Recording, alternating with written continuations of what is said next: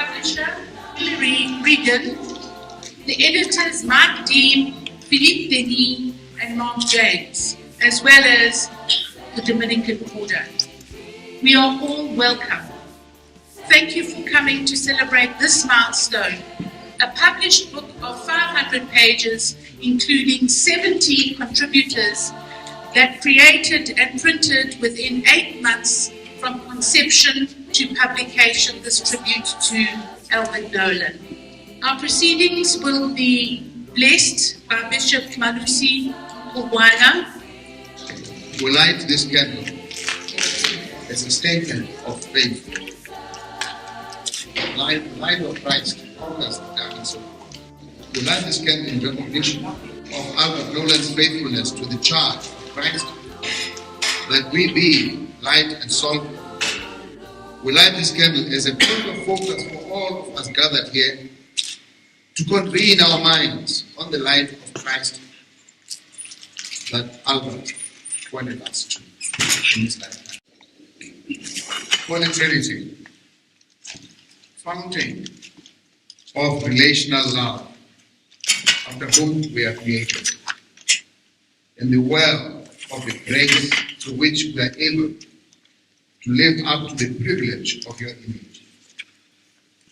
We gather this afternoon to recognize and honor your servant, Albert Nolan, whose love and dedication to you has inspired many of us to embrace the cost of love in a wicked society.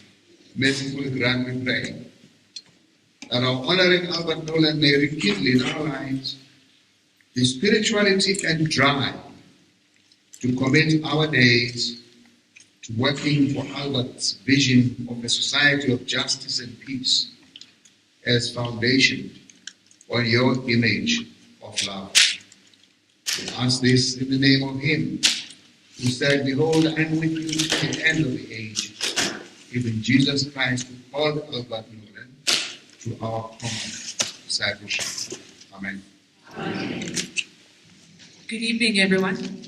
You can blame Father Mike for me being your program director today. When he invited me to do this, I thought, I think what they're going to be like is they're going to be very curious with this choice of facilitator. But I was having a nice laugh with Father Mike now, saying, actually being here, being invited to be here, as to where I get a comedian who's been known to push the envelope, reminds me that Jesus did dine with a tax collector, so we're all welcome, really. There's no judgment. So the first person we are going to invite onto the stage now, and they said there's a Dominican leader, provincial leader. I said, no, not at this age. He's my age. And yet there he is. Father Mike and he's going to speak about the book and the Dominican legacy in Southern Africa. If you could please welcome him with a warm round of applause. Thank you very much. Good afternoon to all of you. Yes, and welcome to this book launch. I'm Father Mike, as has been introduced. I'm the provincial of the Dominicans in Southern Africa. And I was also privileged to have lived a greater part with Father Albert Nolan as my mentor, as well as my formator, as they say in religious terms. So as I was looking at the topic that I'm supposed to talk about, Dominican legacy should be rather Dominican tradition, because the Dominicans are not, at least they're not all of them dead. I mean, the tradition still goes on. And I'm sure Albert would have liked it to be like that. So we are looking at the contribution of the book towards the Dominican tradition. And what is this tradition that we're talking about? It's a tradition that is steeped in a life of study.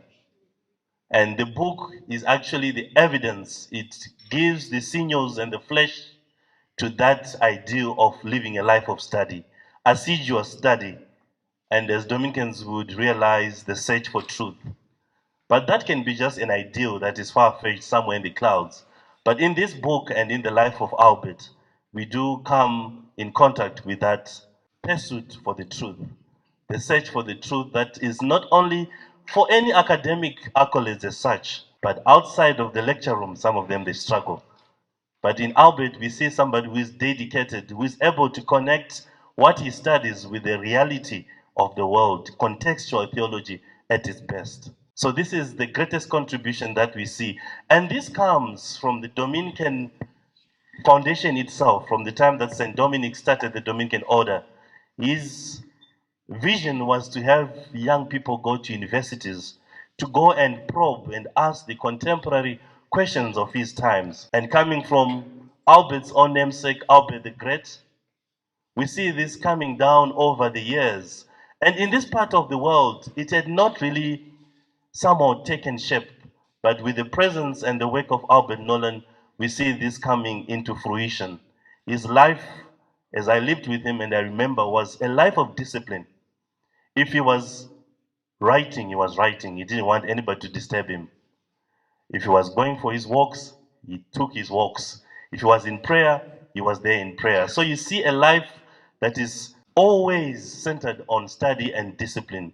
And this will be the greatest contribution to the Dominican tradition, and also a challenge to the Dominicans and those who follow the Dominican spirituality. That yes, we pray, but we also study. But not only study, we ask the pertinent questions of our times. A life of study and a life of search for the truth, no matter what comes out of it. Sometimes the search for truth is a very scary one, and many people do not want to go all the way. But if it means that one has to go all the way and be a prophet, so be it. And every prophet, as you know, is always reluctant, always uneasy, because they know they are not worthy. But nevertheless, it is a passion and a life that is centered on study. Thank you so much. Now, what I find special, because I was finding out how this event came together, who to expect here, and man, WhatsApp groups have come a long way. Because I was told there's a WhatsApp group that had come together in honoring Father Nolan's life, and then that WhatsApp group didn't dismantle after everything was done, and that same WhatsApp group said, now we're gonna get together and put together this book launch where we're gonna honor one of our own. So the young people out there, I'm gonna teach them today, listen, WhatsApp group can go far. After this, there is apparently an after party. I didn't know you rolled that crazy, but I'm down. I didn't know there was a little bit of, yes, good times. So there's an after party. It's not quite catered for, but I've seen, everybody in here is Christian. I've seen what you guys can do with 2 fish and 5 loaves of bread. So I'm sure there'll be enough to go around. I mean, there was a wedding with no wine. Somebody arrived and said, hey, drinks on me, I'm blessing. I'm sure there'll be no shortage. Our next speaker is Frank Chikane, who is an inspirational leader, manager, teacher, motivator, enabler, facilitator, counselor, and community builder with a vast experience as a pastor in politics and public speaking, problem analysis and resolution, research, strategic planning, and business development, conflict resolution and management, still manages to wake up, brush his teeth, and have a good time while doing all of that. And the title of this keynote speech is Reading the Book, What Triggered Me, What I Learned That I Didn't Know Before. Please welcome Frank Chikane. Let me just start by disclosing that when I was asked to come and speak, they did not give me a theme. And so I had my imagination about what I was going to say here. And then until the note came and said, this is what you're going to speak about. And then if you're going to do that, it means you must have read the book. And I tried my best. You can see it's almost half the size of a brick. But I've scanned through the book. So thank you very much for inviting me to speak on this reluctant prophet's book, which was done after he left us. I've been following that WhatsApp group including its debate about let's shut down. You know, you remember that debate. Let's shut down. Others say, no, we can't shut down. And others saying, what are you going to use it for? I think it has given birth to a book. That's really what it is. So we must thank the organizers. We appreciate the hard work you've put into this launch. We are here because of you. We must also thank the publisher, Michael Hilary Reagan of the ATF Press. Thank you for your commitment. I've never seen a publisher who does a book in 8 months. And I would like to really thank you. And the editors, you know, Mike Deep, Philippi Dennis, and Mark James, for the record time within which they were able to put this book together. It's not easy.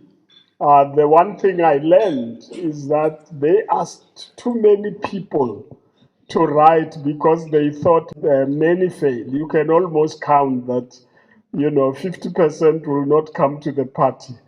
And in this case, they surprised them. I mean, 70 contributors, I've never seen that for a long time. And I think we should give them a big hand for having achieved that.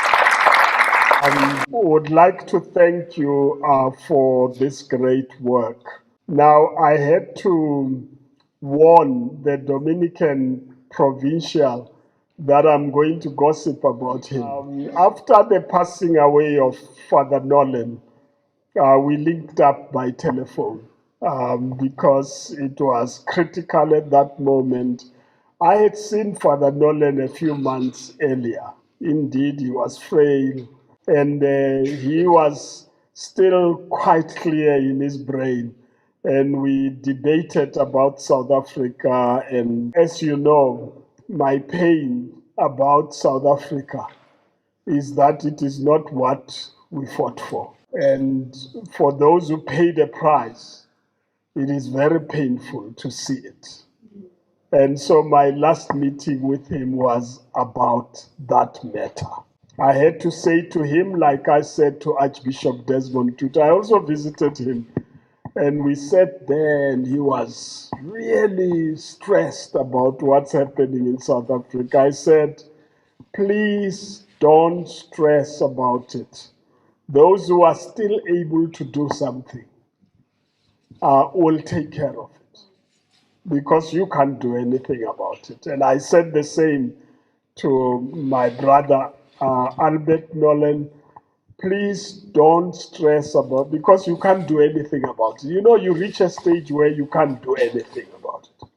But those who are able to do something, who are not doing it, must be declared guilty of failure. And so for those of us who can still do something, we must be accused for failure.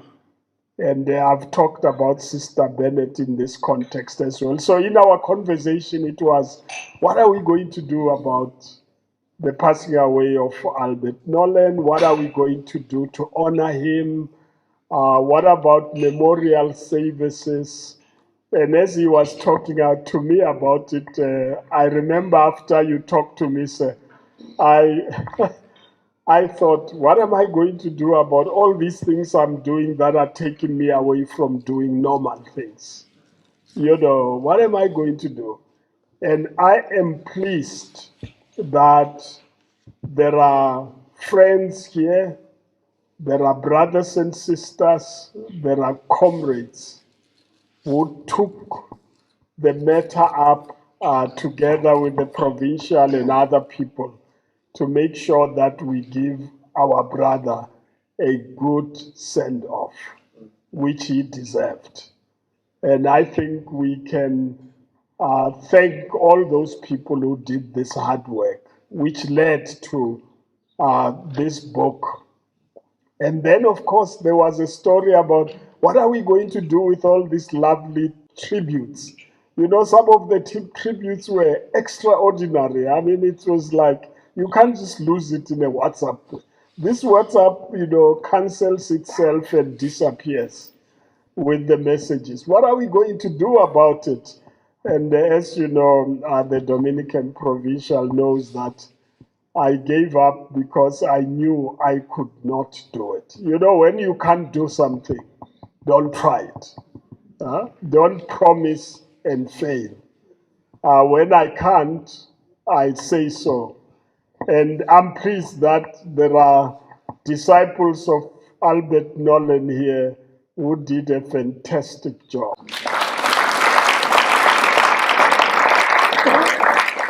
The book, it's many pages thick, and I'm not going to talk about those many pages. What is important about it is that the contributors are so diverse. I couldn't believe it. Both international and national. They represent exactly what Albert Nolan was about. You know, this diversity for me, it's extraordinary. It's the themes that are covered in the book, the various disciplines that are dealt with are extraordinary. This, according to Timothy Ratcliffe, I just want to quote you in your foreword.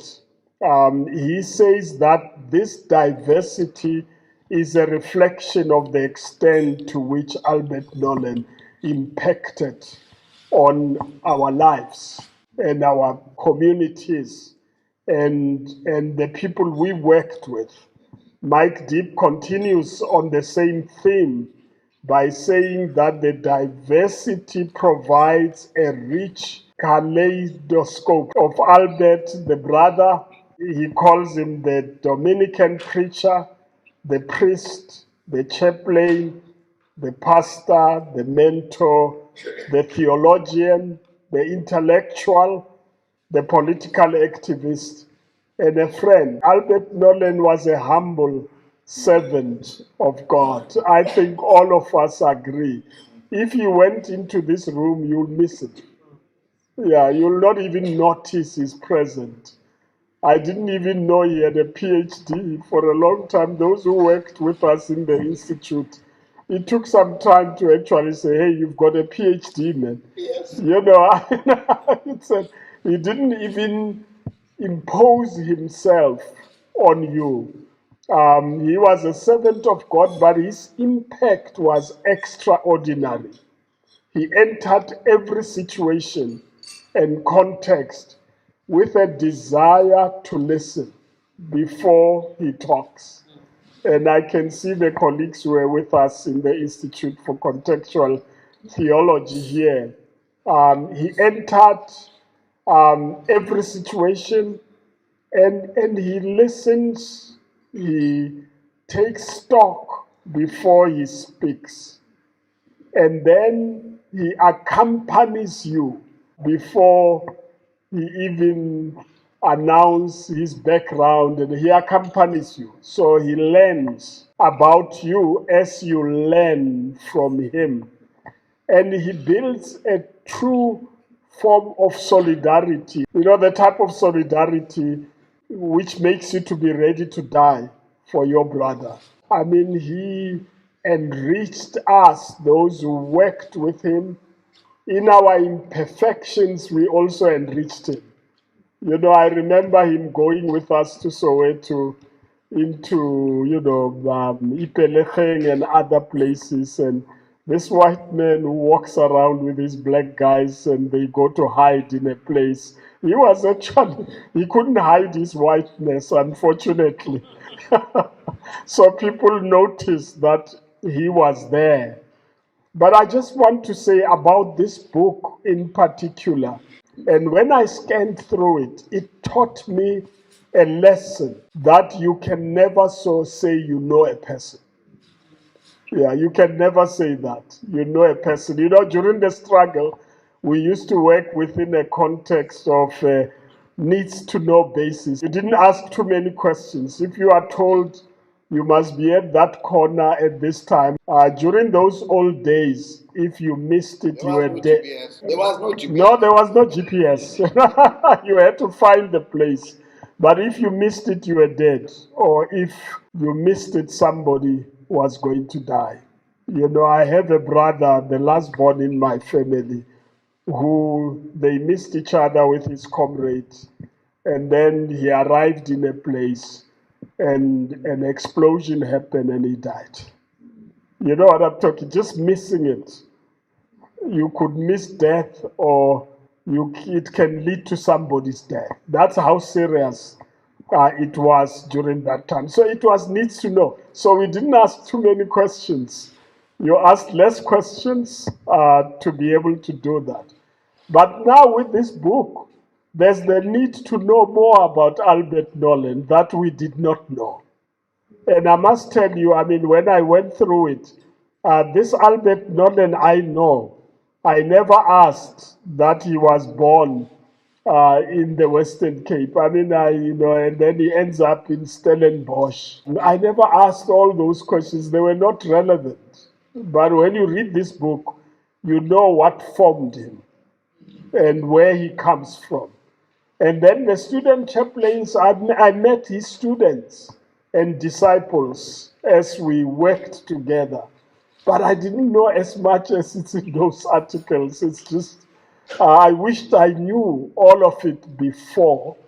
And then, of course, Mayfair, I had an idea. I went there. I also wanted to see how they live there. Because he said to me when he came to the institute, how much are we going to pay you for salary? Let's negotiate. He said, Icon, just give me enough for me to contribute to the house where I stay. You know, I don't need your salary. So I thought it was funny. So we all earned more than him, many times more than him, but he was qualified many times more than us. You know, it was such a contradiction. So I went to the house, I got to know him there, but when you scan through this book, you know you don't know much. Now, this chapter 4, section 4, that's the one I thought I would know a lot, because that's where I lived with Albert Nolan. And then I discovered I didn't know too much. Even in the area where I thought I knew about him, no. These comrades who are in that list know things I did not know, because it was based on a needs to know. So in a sense, I didn't know too many of these things. I'm going to learn a lot, but you know, it's only to understand so that I can learn from him and know what he is about. And then of course the area of the opening space for debates also got me to know a lot. I know a bit about Challenge and what he was doing, but not much, actually. I have a huge task to read extensively about each one of those chapters, because there is something to learn about it. All of us must thank those who worked on this book, because we shall now know better who Albert Nolan was. He lived amongst us. We thought we knew him. We lied a lot about knowledge. But now we have an opportunity to read this book and know him more and learn a lot about him. I thought that I knew his underground work, because we did lots of underground work with him. When I went to the funeral, I thought there must be lots of the friends here, including his Catholic friends and Dominicans, who wouldn't have known that, hey, this father used to do underground work, you know. So I thought I will share that with you. But actually, I've now discovered there's more I didn't know, even when I was underground with him. He took care of me. He set up the logistics. He nearly made me a Catholic, by the way. I mean, almost. Because, I mean, I was in Catholic convents and Jesuits and the brothers. You know, the Catholic Church has got lots of hiding places than any other church. I mean, in my church, I would have been picked up very quickly. They really took care of me. And I thought I knew him. I knew he was involved in funding. I knew He was helping victims. I knew that he smuggled my manuscript, No Life of My Own, to be published in London Institute for International Relations. I thought I knew all of that until I read Horst Kleinsmith. Go and read Horst Kleinsmith. When you read that, you will know that he was not only doing underground work, he even had a number, 42. The code for Albert Nolan, it's number 42. And coded like that, he sent messages out of the country and into the country, and he never got caught. No one ever decoded that code. Chapter 43, he says operative 42. Please read operative 42, then you'll know who Albert Nolan was. I mean, he did risky things for the sake of our liberation struggle. We are where we are because of people like Albert Nolan. I want to conclude by saying that those of us who are here, who are still able, have got a responsibility. We must stop the pain of our people. 42 municipalities that are dysfunctional, can't even manage money. It gets stolen before they know it's there. Our people who are deployed there. Sewer running in streets, in the Val. It's unbelievable. By the way, this thing is treasonable. If I had my way, I would charge these guys for treason. You see, we have load shedding here, and I've said so.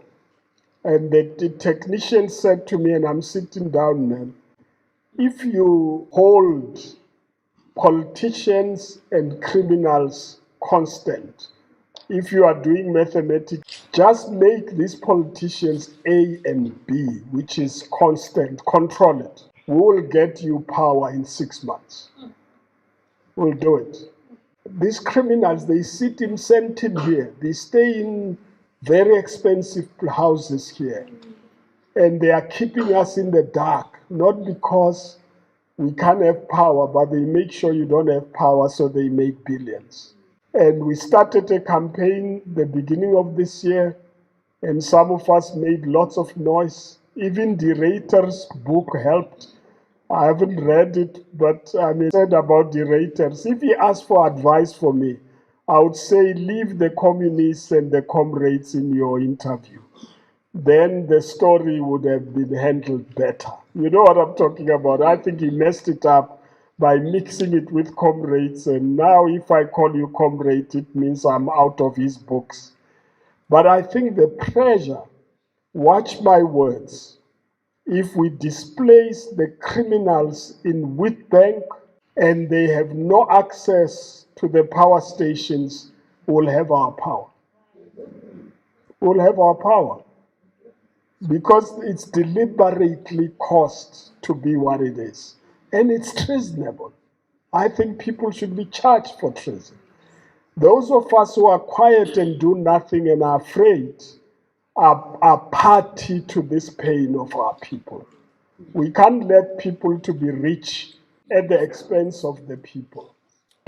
We fought for this freedom, and we must make sure that we sustain it and that the generations to come will be able to live better. Thank you, comrade. You're right about this book, though. You need to take your time with it. If you haven't read it, don't pretend you have. Because for me, I'm still in the middle. I'm still at the beginning. And I must say, when somebody is inspiring from so many angles, and for me, I call myself a spiritually curious person, where I can get something that connects me to something bigger than myself, I plug in. And it is so amazing to see someone who understands, because I used to have a problem with Christianity when I was much younger. And my problem was separating it from love. When you meet people who are so in love with God and the Bible and they can quote it from back to front, yet the way they relate to people makes no biblical sense. And then you remove the church from love, from truth, from your everyday life. Then what is it there for? And so for me, as a young person learning about this incredible man, I have to tell you this. In reading about how incredible he is, I'm reading about how incredible everyone is.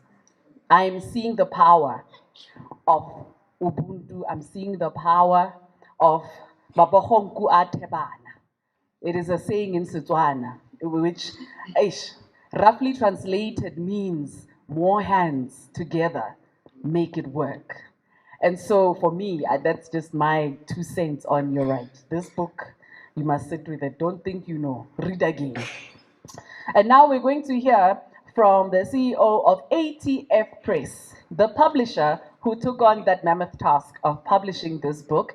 They have, over the past 30 years, they're based in Australia, and over the past 30 years have published different books, a wide array of books, which have been published in print and e-published as well. Please welcome Hilary Regan.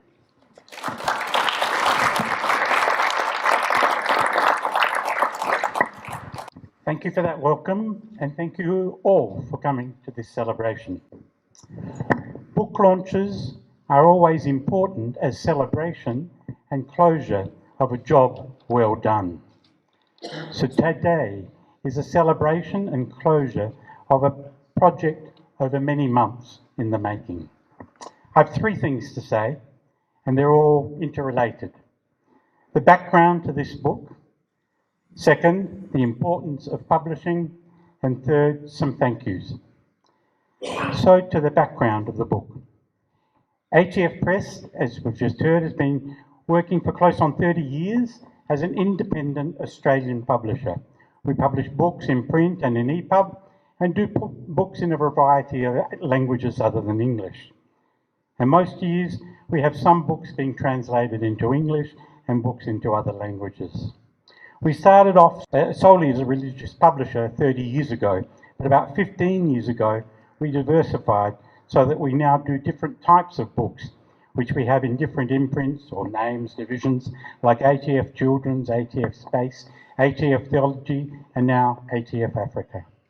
We do about 10 to 15 books a year, and academic journals as well. And so we've published around 200 to 300 books in our time. We distribute all of our publications locally in Australia and internationally through a variety of distributors and ways that we sell our books off our website as well. I'm a theologian by training and was one of the founders of the publishing house. We are governed by a board of directors and outsource many of the different aspects of the publishing work. As CEO, I'm a bit like the conductor of the orchestra, the one who coordinates the work and brings all the different individuals and groups together so that it is all done. Most months we have 2 or 3 new proposals, either that come to us or that we go to authors, editors or translators. At any one time, we have about 9 to 10 different books at different stages. Right now, as we launch this book, we have 3 new proposals to be examined. We have 5 books in various stages of preparation. We have 2 translations either completed or near complete. And we have 3 other books to be launched in the next few months, in preparation for 2 big international book events before mid-November, as well as 4 launches of this book in Australia, including one with the South African High Commission in Canberra, one in the UK, and one in the US. Normally, it's a good 12 to 18 months from receiving a proposal or making a proposal to reaching the finished product ready for release, promotion, distribution, and sale. Our distributors like 6 months advance notice for any new project. On this publication, they got that, but just. This book was unusual as it was first suggested by me early after Albert's death in October last year. It has 3 editors, and we landed with 70 contributors, as we know. A very big project for any publisher. Today, on this day of celebration, we've reached this mark in just, I thought it was 8 months, but Mike told me the other day it's 6.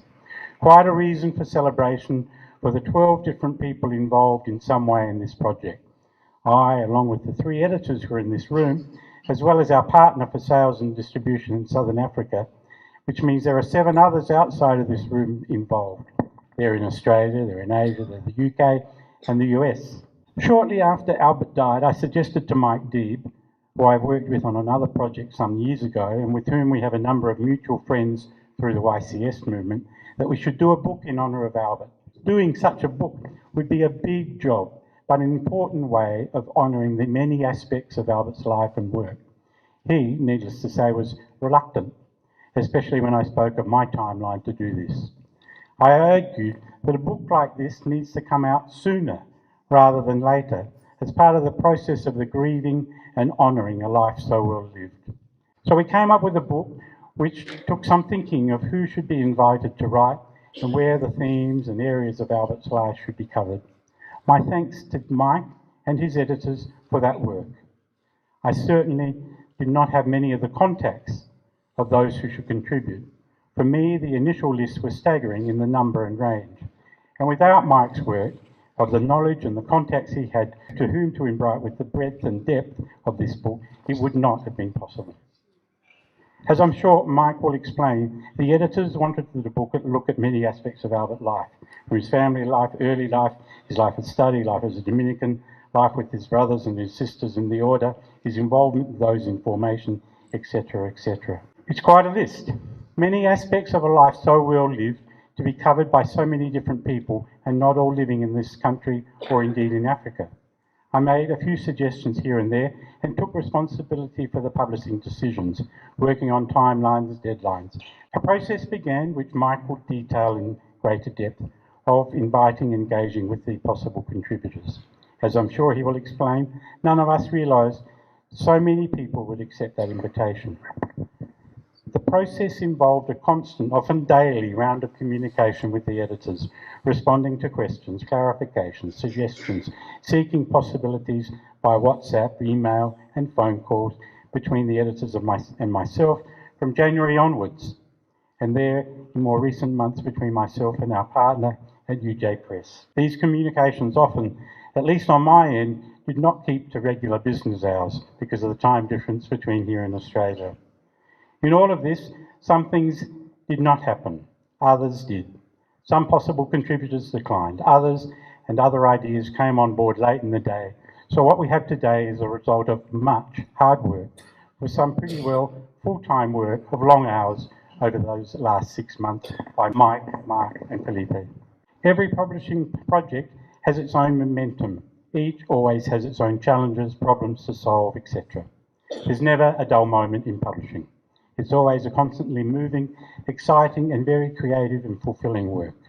Publishing in many ways is a form of preaching and teaching, and so it's very much a Dominican type of work. I've been involved in publishing for close on 40 years, and so of course will always sing its praises. In publishing, we are, in my view, handing on the fruits of the thinking, the exploration of ideas that have come through, that are contemplated and developed on and written. A certain topic then, a concept of a life or a person, an idea. It is very much, in my view, linked to the other lesser well-known motto of the order. Well-known is that of veritas, the other less well-known one of to contemplate and hand on the fruits of one's contemplation. Good preaching, good publishing, both involved contemplation, thinking, listening, then finding ways of communicating. Timothy Radcliffe refers in his foreword to this book that Mark James has said in his paper that Albert did not want to write an autobiography or have a biography written, but that people should read his books. As you will read in Timothy's foreword, he adds to that to say, Albert, you will meet through his friends and hear what they say about him. In this book, we are doing exactly that. In this book, many people can learn about the various aspects of Albert's life. So, to thank you. I never met Albert.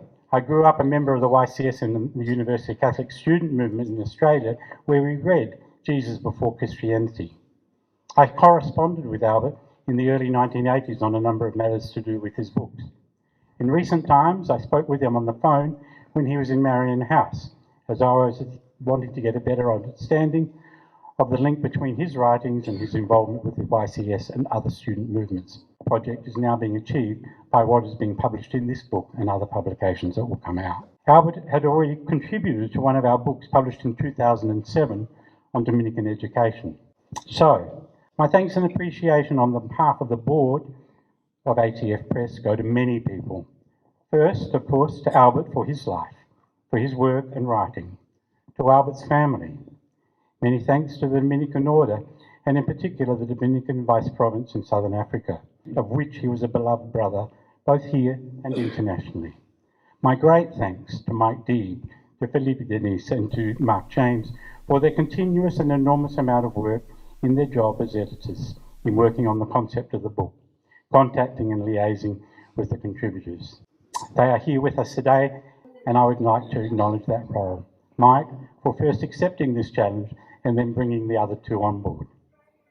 To all the contributors here in this room, or watching on video when we have this launch, I thank you for your insights in relating your knowledge and experience. To all those on the ATF end who contributed. To Vickers Van Zyl of ATF Press for becoming a partner with us in this project for the sale and distribution of the book in Southern Africa after the launch. Vickers is here today, and I'd like to acknowledge his presence and thank him for showing an interest dating back some months when he first responded very positively 10 minutes after my first email to him, unheard of in publishing, and he's been like that since. So a vote of thanks on behalf of ATF formally, I would like to hand over the copy of the book to a number of people. Mike Deeb. We also have a little ATF beanie.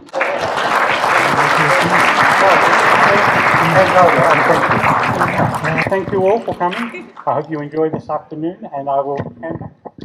And now I'm going to invite, without further ado, one of the editors of this book, a man who I forced to marry my husband and I. Does a great journey. A man who is Belgium born, has been to Geneva, Rome, now lives in Cape Town. He's a world citizen. Please, let's welcome Father Mike Deeb.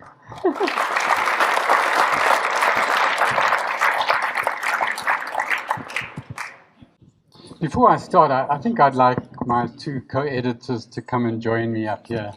Wonderful to see such a huge crowd here. Thank you so much for coming. And the three of us are very happy and proud that we can share this launch with so many of you. This book, as you see, is called Reluctant Prophet. At the bottom you see it says edited by. It actually should have read reluctantly edited by. Because after Albert died in October last year, there was an outpouring of emotion in so many places. There were so many memorials, there were social media groups, there were press obituaries. Even the government cabinet meeting issued a statement after his death. And Hillary immediately contacted me and saying, can we organize these books and can you edit it?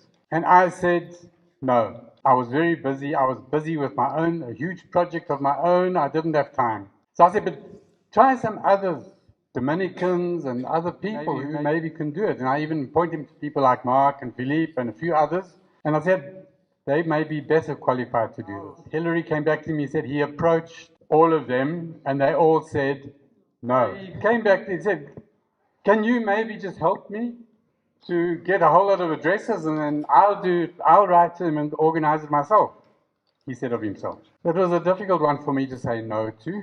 So I said, okay. But it took me more than a month to respond to his thing. And eventually he wrote to me in mid-December and he said, are you going to send me these addresses? In fact, I didn't even respond because I was very busy. And I thought, when I'm ready, I will respond. Then at the beginning of January, he wrote to me and said, okay, we'll call it off. Then when I got that message, I thought, this will be such a pity, you know. It'll be an opportunity lost. Everyone's been talking about perpetuating Albert's legacy, and if we lose this, what to do? So I said, okay, I will give you these addresses. So I drew up a first list, and then I immediately asked Mark and Philippe if they would help me, and a few other brothers as well, to clarify people who are potential contributors and all that sort of thing. It took so much time and energy just to do that. Eventually I thought, what the hell? I may as well just edit this book. So I agreed to him then that I would do the editing. But as the weeks and the months went on, it became clear to me that this was becoming a more and more massive task. Then I had to appeal to Mark and Philippe if they couldn't assist me with things. And they, this time, even though they said no to Hillary, They graciously said yes to me.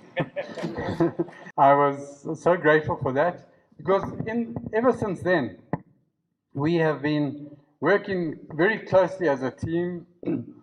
We started by identifying all the themes in the book.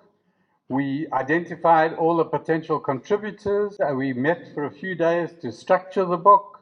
We worked on what the titles of all the articles should be. After all the articles came in, we proceeded to edit every article, each one of these 70 articles that you've heard about. And that's taken a lot of time for all of us.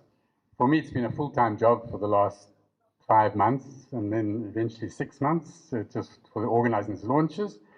But it's been a wonderful experience of working together, and of working not only the three of us together, but working with so many others.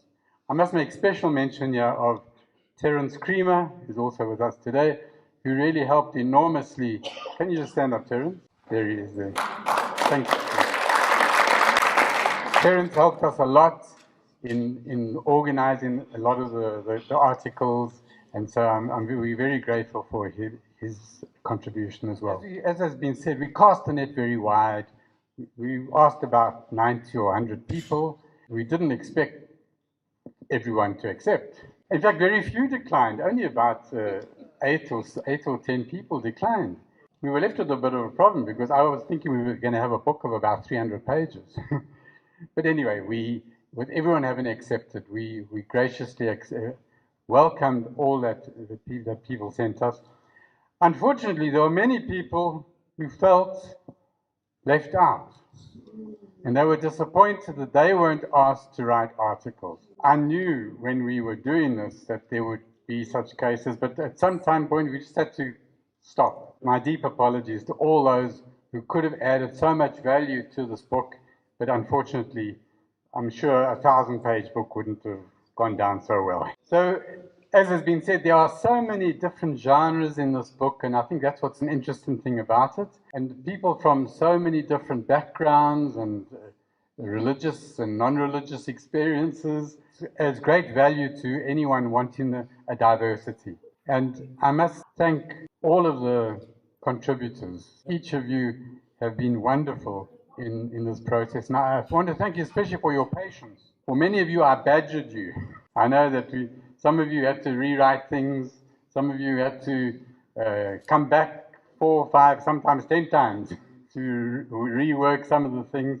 And thank you for your patience and not dropping out in that process. This book is now coming out less than 9 months after Albert's death. So he died in October last year. In less than 9 months, this book has been born prematurely. But it's a book, hopefully, that is going to continue to perpetuate his legacy and hopefully inspire all of us. I think all of us here knew him in one way or another, even if it was at a distance. I think hopefully we'll all be inspired by this book to be what this title says. So you can read more in the introduction about where the title Reluctant Prophet came from. But I will just conclude by saying that hopefully reading this book will help all of us to perpetuate Albert's legacy, firstly as a prophet. We are all called to be prophets in one way or another. Okay, maybe there are many different gifts, but in some way or another, we're all called to be prophets. To be speaking the truth, regardless of the consequences. To be condemning unjust political and economic structures. To be always reading the signs of the times. But we are also called to be, as Frank was saying, a humble person, like Albert.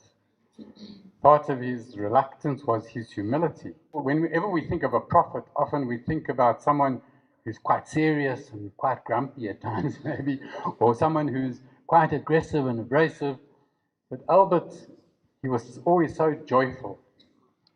He was someone who was always listening to others, always everyone felt welcome with. Even if he disagreed with you, you felt welcomed by him. We hope and pray that all of us can become such reluctant prophets.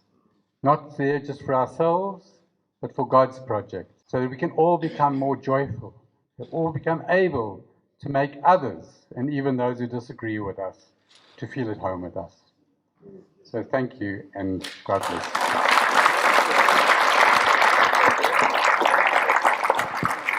Father Mark has asked that we do give some time for some questions.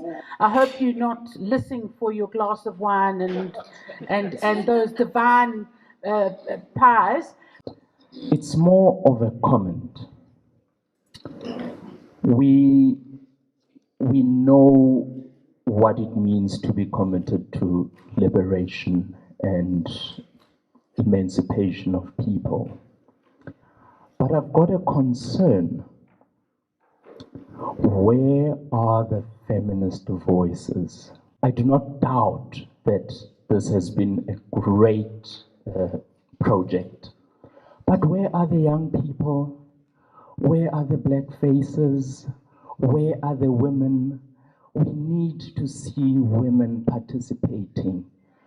From a feminist perspective, from a womanist perspective, it doesn't look good to talk about a man and it's men who are involved and it's men who are busy. Where are the women? The role of women is not to organize food there at the back. We also need to see women's faces and women in front and women editing and women being involved.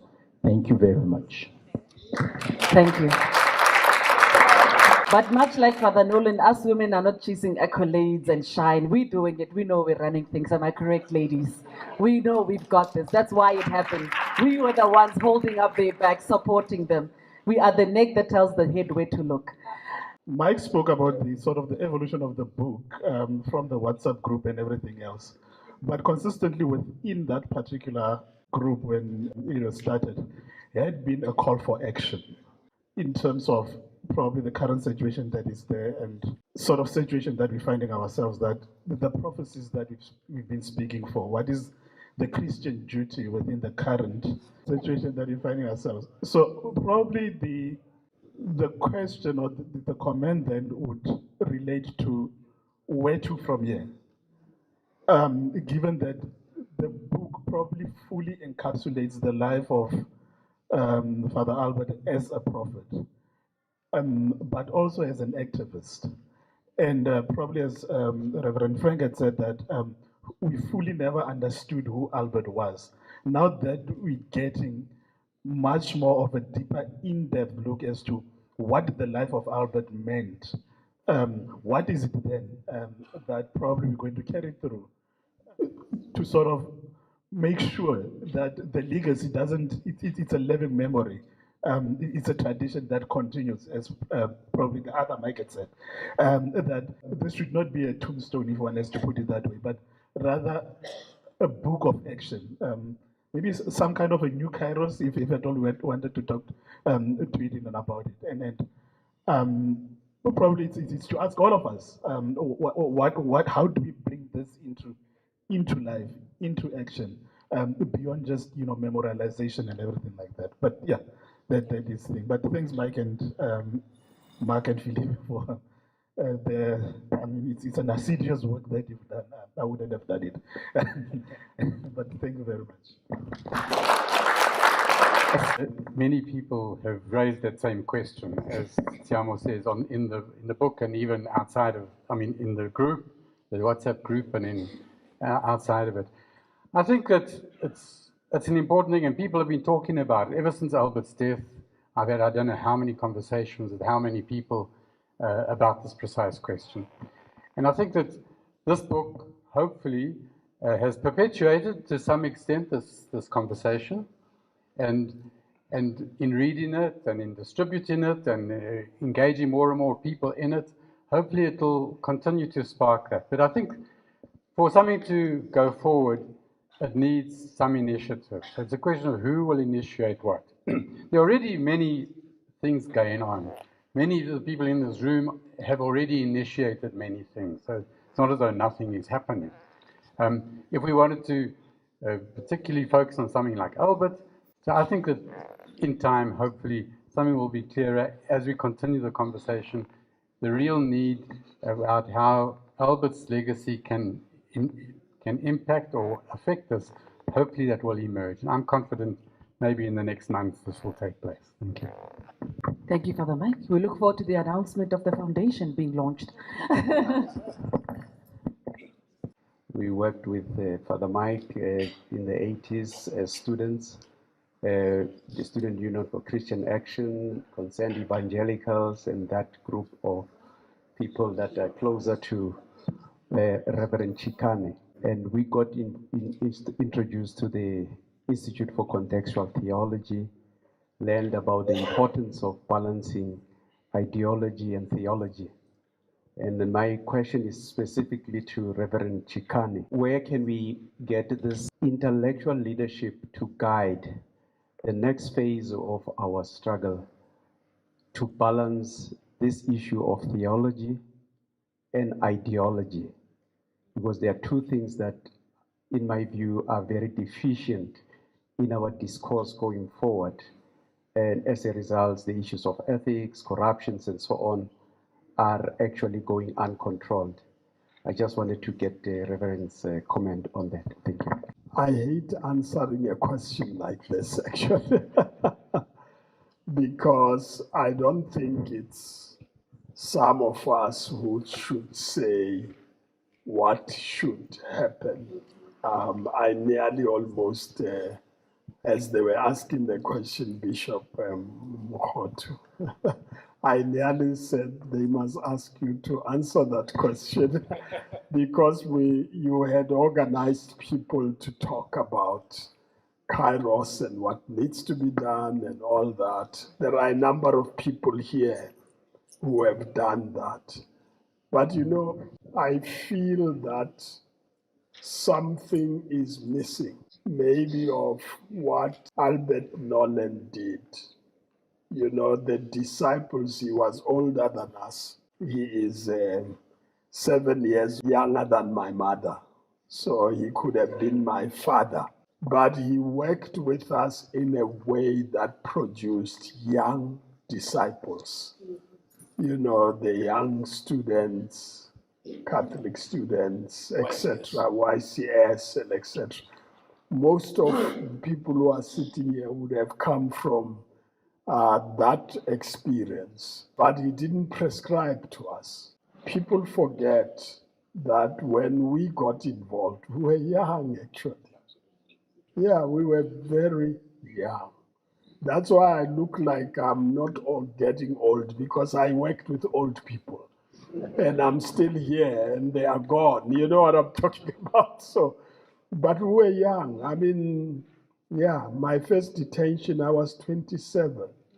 Petra Mohapi died at 27, Biko at 31 in detention. It was a young generation. I don't want to talk about this bishop. By the way, I found a younger person who was bent. I used to say he was the youngest. He was 21 when he was put under a banning order, Mama Lucy Mpumlwana. Now, I'd forgotten in Kagiso, in that St. Francis Church, that there was an 18-year-old who was illegal. It must be illegal. Yeah. So I just want to say there was a generation, young people who took on the apartheid system. And I think we're missing that. And I don't want to critique anybody.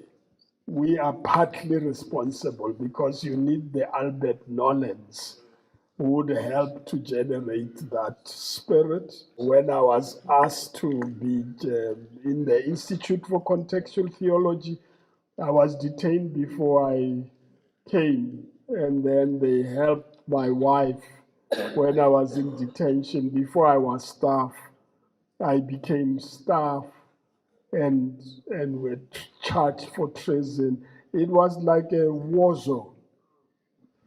I don't know what we need to do today to have that spirit coming back to say we can't be governed by criminals. For me, it's as simple as that. Can't be governed by criminals. And after I'd said that, my son came to me and said, I live with the people there, that generation. We are worried about your security now. Now, if I have to worry about security now, I mean, when we had so much trouble then, we need people who will take a stand. That's all we need. And this nonsense must come to an end of criminals who steal money, who impoverish our people and make us sit in darkness. I think we should stand. That's all I can say. If it doesn't happen, we are all responsible for it not happening. So before we close off, I would like to please invite back onto the podium Terry Sacco to please give us the vote of thanks. Someone once told me, be the best thing you miss about the people who are gone. Yeah. And that's what I believe we do when we learn more about Father Nolan and what he did and how we continue it, is be the very thing that stands out for you about him, because that's probably what you thirst for or hunger to do yourself, and adore him for actually doing. So thanks to everybody for coming to celebrate Albert's life and our honoring of him. It's wonderful to feel his love in this space. To me, thank you very much for your life-giving facilitation of this book launch. You brought life, you brought fun, you brought humor, and a depth of understanding of the spiritual journey. So thank you very much. Thanks to all of you who've come from very far. I know that a lot of you have come from other parts of South Africa. Hillary Regan came from Australia, but I believe there's someone else here from Australia. Can stand up and we will thank you for coming.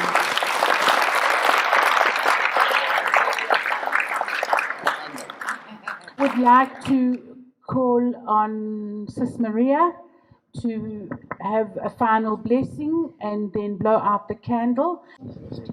Greetings, everyone. I'd like to say I'm honored to be here anyway. Thank you very much.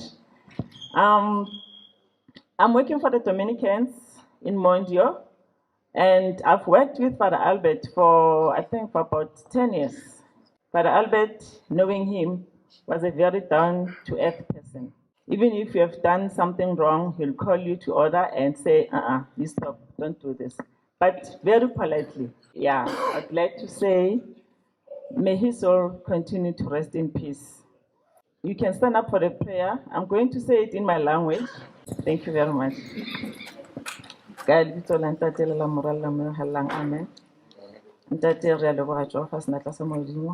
Haele mona o ile wa re fa go hlale ntate ba gore re kgone re fihle ka mona ntate re tlo commemorate letsatsi le bophelo ba ntate Albert Nolan go tlo launchwa buka ya hae re ya kopa hle senatla sa mahodimo gore ntate Albert le yana mo a leng teng re kopa re a robale ka kgotso re kopa re le na re le ntse re tadimile a re hlokomela ka nako tsohle a ka kene hara ma Dominican ohle le bona aba bless aba protect ka nako tsohle ntate ke a kopa Jehova senatla sa mahodimo ha ke tlo a le ntate ke a kopa Jehova le ba tswang hole le ba leng haufinyana ntate ke re ha re tswa mona re tsamaya ntate dipalang tse re tle be re dipalame ntate kope wena ntate ta re sireletsa re ba ba le senatla sa mahodimo ke a o leboha Jehova ke a o leboha ntate ha ke tlo a le ke tle be ke senya puo ntate ke re ke a leboha Jehova ka ona motsotswana o leng wa re fa ona wa hore re fihle ka mona ntate ke leboha le crowd ntate e ke bonang ke a leboha haholo ntate Mark le ntate Mike Deep le Father le Brother Philip Dennis mosebetsi wa itseng ke mosebetsi o motle ke a leboha Jehova modimo a ba hlonolofatse a ba bless ho fetella mona ntate ba tswelle pele ntate ka ho etsa dibuka kaofela tse rong tse mong ba tlo di etsa ntate mesebetsi ya bona e metle ntate ba fe matla ntate o ba thuse o ba silule ntate hohle mo leng ntho tse ba di etsang ntate ba di etse ka matla ha o seng ka rata ha rona se ka bohlale ba rona ntate ba ne le ka bohlale ba hao hore tsohle tsena di etsahale di phethahale letsatsi la ka jeko le betseng le etsahale le fete ntate ka ho ke re ke a leboha Jehova sireletsa bana ba hao protecta bana ba hao e tle re ha re tswa mona re tsamaya hantle ntate re le re fihlele ba re fihla mo phulang teng.